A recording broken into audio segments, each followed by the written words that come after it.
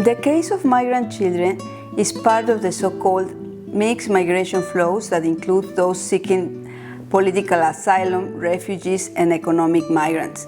Lately, however, thousands of children migrating with their families or alone have been incorporated into these flows. This relatively new migrant population is particularly vulnerable to the violation of their human rights. Migrant children are often exposed to violence, not only to observation, but also to direct or indirect experiences such as trafficking and even death.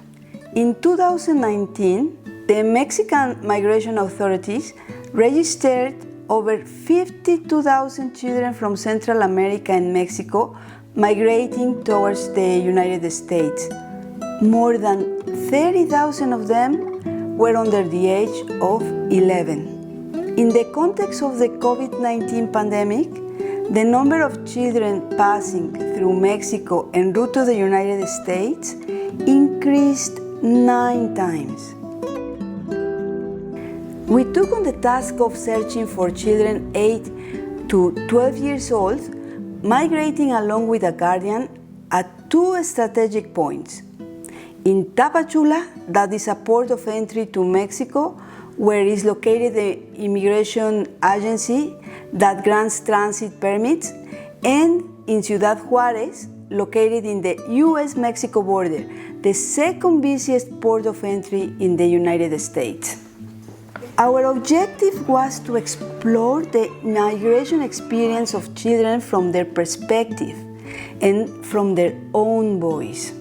Through children's narratives, including legends, family stories, and straightforward denunciations, the children show that the pervasive factors for leaving home were poverty, violence, corruption, environmental calamities, all that coupled with the pandemic.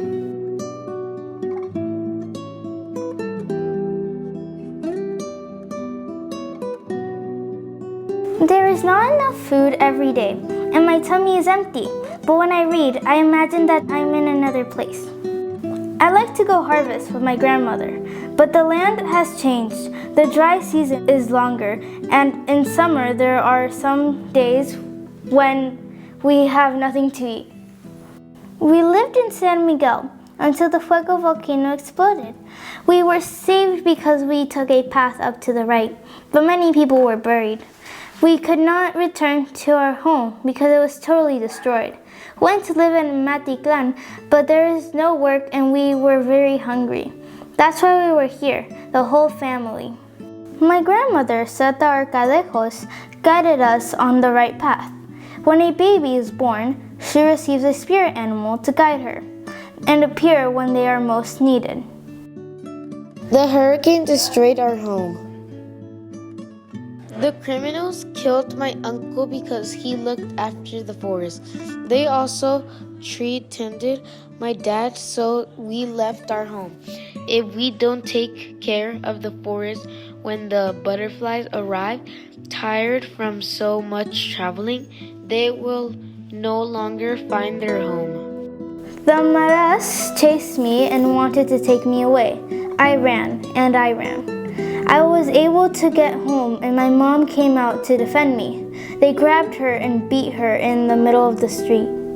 We were eating when my aunt came to tell us that some policemen and my father were looking for my mother to kill her.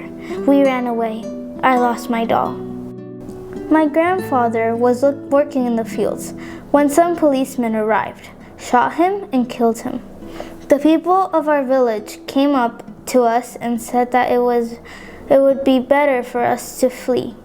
We walked a lot and my grandmother couldn't walk anymore. I stayed with her. The two of us sitting on the side of the road cried together. My grandmother told me, "Mijita, they won. They kept our land but not our will." I left my town because they wanted to teach me how to shoot and kill people. I do not want to do that. Listen, big elephant, I'm leaving, but you don't keep me, Will. The children's narratives were also in a story form. There was a very recurring one that I think speaks a lot about the character of migrants. That story is called The Elephant and the Dog. It talks about an elephant that came to town frightening everyone. Nobody dared to say anything to him, only one puppy yelled at him. Why, instead of staying in your land, have you come to our town to surprise and frighten us? An old dog who heard his words approached him and said, "Stop making such a fuss, buddy. The elephant does not even deign to listen to you. And haven't you noticed his huge legs? If your insolence ends up annoying him, he can cross you in less than a moment." "Why does that matter?" the puppy answered. "If everyone thought like you, the voice of justice will never be heard, and the world will become a huge cage of cowards." The Guatemalan immigration agents didn't let us cross.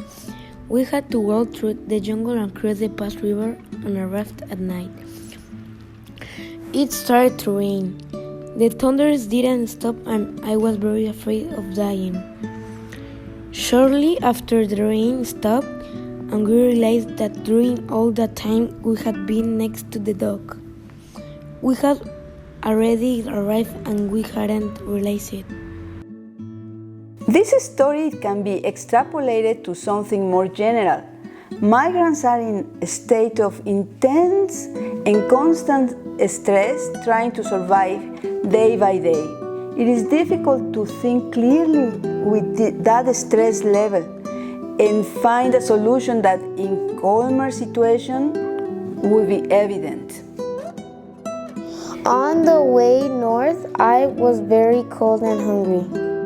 We had to walk a lot. We were hungry and thirsty. The night came and we had to sleep in the open field. The polleros put us on a covered truck. We couldn't move and it was too hot. No one was allowed to make noise. A baby wouldn't stop crying. The driver stopped and scolded his father. Then the father did not remove his hands from the baby's mouth. I no longer listened to the baby. We were 300 people. I counted them when they put us in a cellar for the night. I don't want to die from COVID and go to heaven without my family.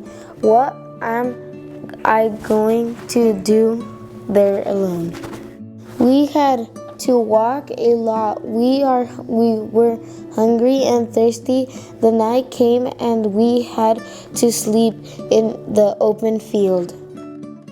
The story I like the most is when my mom and dad got married.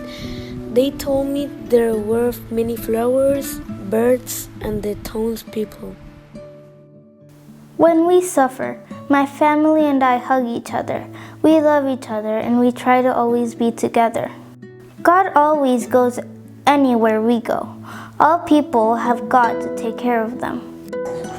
Faith, the Virgin is a good person. She saves you. She appeared to my cousin praying in the desert of Juarez and Texas. That's why we are going to cross there. The Guadalupana smile is so pretty. La danza de los viejitos, the dance of the old men, was taught to me by my grandfather. Now we see more the mask of criminals than the mask of the old men. Mentalize that you are going to suffer and that later it will be better control your emotions. Take care of yourself. Love your mother. Jesus will always go with you.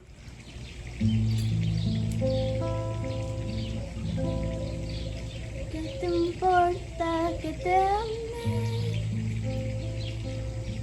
Si tú no me quieres ya. El amor que ya ha pasado no se debe recordar.